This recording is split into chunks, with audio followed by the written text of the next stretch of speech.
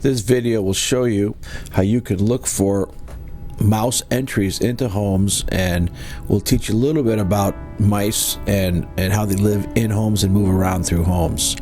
Generally, we'll get a phone call from somebody that's probably had a bunch of mouse trappers or pest companies come out to the home and basically charge them a couple $100 to put up a few mouse traps, a few stick-ons. And of course, you know, they do catch the mice, but when they leave, the mice come back. So what you want to do is pretty much figure out how the mice are getting in. And so the first thing you probably should do is start on the outside. And what you could do on the outside, in this particular home, we're going to look at the siding, the vinyl siding. And if you look at the corner pieces, well, if you look at the bottom of the corner, there's a hole that goes right up. And mice can climb. They can climb trees.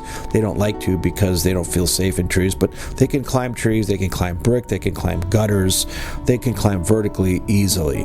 Well, they'll climb up this little path. It's like a freeway. And if you look here where it's broken, the mouse can just go right up to the upper soffit area.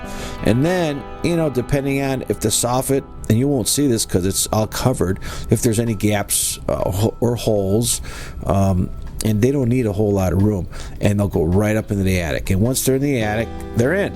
And so you probably want to look at these corner pieces and maybe stuff the bottoms with something, you know, maybe, you know, foam or something that won't permit the mice to go up that cavity. It's basically a freeway. Other places mice can enter through siding is basically underneath the siding. They'll climb up the brick or up a gutter or up some bushes, and they'll get up underneath it. And if there's any gaps underneath the siding around the perimeter, they'll find those holes. And you want to maybe go around and check all those. Sometimes you'll find large gaps where vinyl siding may have been nailed to other siding, and there's a gap in between there. Once they get inside that gap, they can find little tunnels and crevices and little galleries and find their way into the home or up the wall, up to the attic. So you want to check all those. And you can see here where there's a lot of holes. Also, the overhangs, like the front bay windows or the back bay windows, you want to look underneath there. And a lot of times the plywood or the sheeting isn't flush or butted up, and there's gaps there too, and they can get up underneath those areas and go right into your basement. And so you want to check those areas.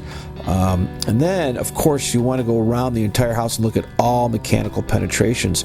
The biggest ones are the air conditioner holes, the gas line holes, and electric meters. In this particular home, you'll actually see where the electric meter panel behind it has a pretty large gap. So a mouse can climb down the air conditioner suction line and get up into the electrical box, go underneath the box, there's a large gap there, and go right into that hole. So don't forget about all the penetrations behind the electrical boxes. So you want to go around and seal every hole that you can see. You can use caulk.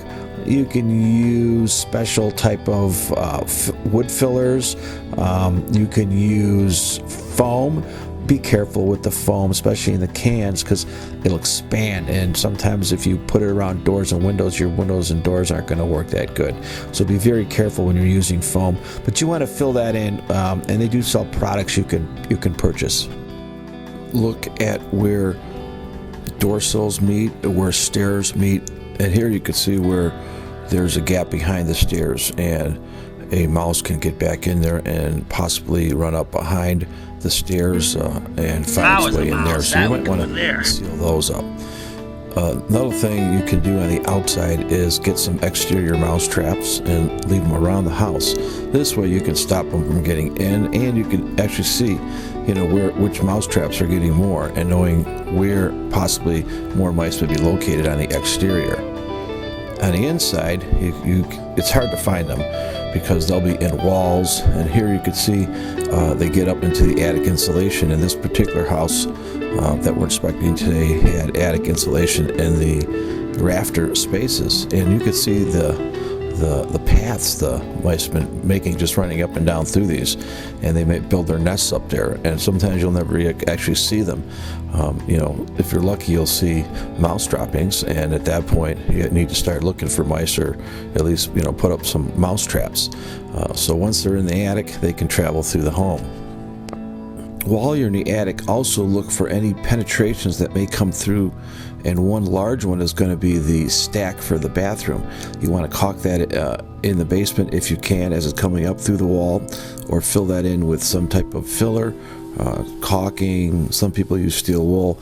And then the other large one is actually the chimney, and there's a little fire gap that you're supposed to have. Well, that's also a mouse running gap, and so you might want to fill that. These two are also known as what they call thermal bypass. See here? See that hole right there? They're going to go up and down. It's like a freeway, so you might want to seal that. That's also a thermal bridge and thermal bypass. Okay. Oh, look at this one.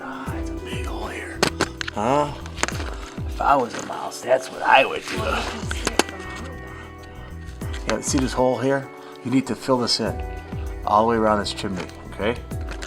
So you want to maybe repair the thermal bypass that goes from the basement to the attic, because that's an access way for the mice.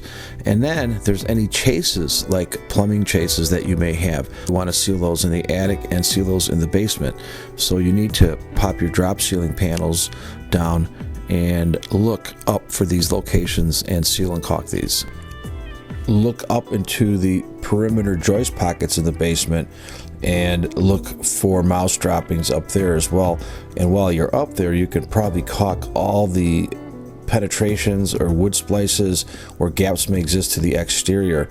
This is also the location where you can caulk and fill penetrations for your air conditioner, gas lines, and other electrical systems. While the mice are in the home, they also need water, so sometimes sub pump covers that have holes, mice can get down in there and drink water. So we do recommend putting like radon covers or sealed covers for the sub pumps. Additionally, look for other water sources such as plumbing pipes that may be dripping. And here you can see how the mouse would find its way to the water heater and go drink water. It was like a drinking fountain. So you want to repair plumbing leaks and drips as well. Look at the cold air returns also, because many times cold air returns are ductless. In other words, they don't use duct work, and so the mice just run up and down those chases. And so look inside those, and in this particular home you can see where the homeowner went a little bit overboard with the mouse stickies and stuck a lot of them into the cold air return. I guess this is one good way of catching them. Cold air returns also in most homes in the basement aren't caulked and sealed, and so they actually suck the basement. Well, if they're sucking the basement, then any hole to the outside, air is getting sucked in. Well, mice on the outside have whiskers that can feel these micro breezes, and they actually attract the mice right into the hole. So you might want to seal your cold air returns in your basement, just so they don't suck your basement. You might want to open some supply registers in the basement so you can blow air and pressurize the basement a little bit, and sometimes even change the door to the basement to a louvered door to help equalize the basement pressure. Finally, you want to go through the house and look for how the mouse is getting into the kitchen. A lot of times under cabinets, and you can see here where the cabinets actually have holes, and the mice actually had little mouse holes, and the owner here knew that, and so she put a lot of mouse traps in this location. In conclusion, to catch a mouse, you need to think like a mouse. So you need to look for all the holes on the outside and fill those in. You need to look for all the holes in the attic and in the basement and fill those in. And then, of course, you need to look for all the holes in the house and fill those in. And then, of course, you can put up a mouse trap.